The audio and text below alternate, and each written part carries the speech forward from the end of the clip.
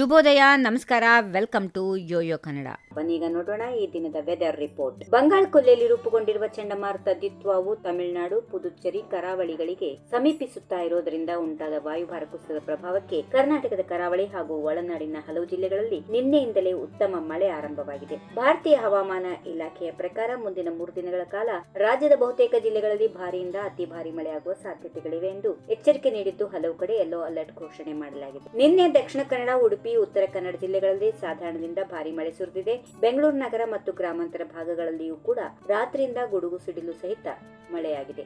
ಈ ಚಂಡಮಾರುತದಿಂದಾಗಿ ರಾಜ್ಯದ ಕರಾವಳಿ ಪ್ರದೇಶಗಳಲ್ಲಿ ಗಂಟೆಗೆ 50 ರಿಂದ 60 ಕಿಲೋಮೀಟರ್ ವೇಗದ ಗಾಳಿ ಬೀಸುವ ಸಾಧ್ಯತೆಗಳಿವೆ ಎಂದು ಹವಾಮಾನ ಇಲಾಖೆ ತಿಳಿಸಿದೆ.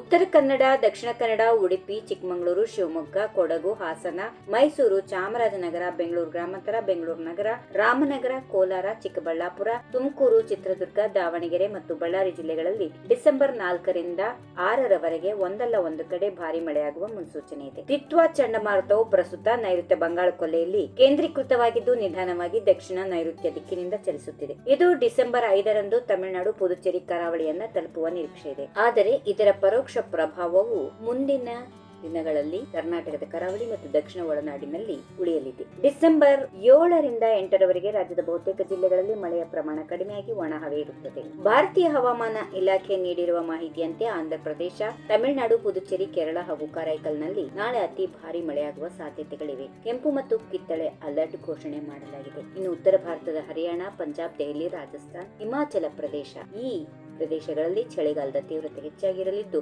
ಅಸ್ಸಾಂ, ಮೇಘಾಲಯ, ನಾಗಾಲ್ಯಾಂಡ್, ಮಣಿಪುರ, ಮಿಜೋರಾಂ, ತ್ರಿಪುರ ಮತ್ತು ಒಡಿಸ್ಸಾದ ಕೆಲವು ಕಡೆ ದಟ್ಟವಾದ ಮಂಜು ಕವಿದ ವಾತಾವರಣ ಇರುತ್ತದೆ. ಈ ವಿಡಿಯೋ ನಿಮಗೆ ಇಷ್ಟವಾದಲ್ಲಿ ಲೈಕ್ ಮಾಡಿ, ಶೇರ್ ಮಾಡಿ, ಸಬ್ಸ್ಕ್ರೈಬ್ ಮಾಡಿ.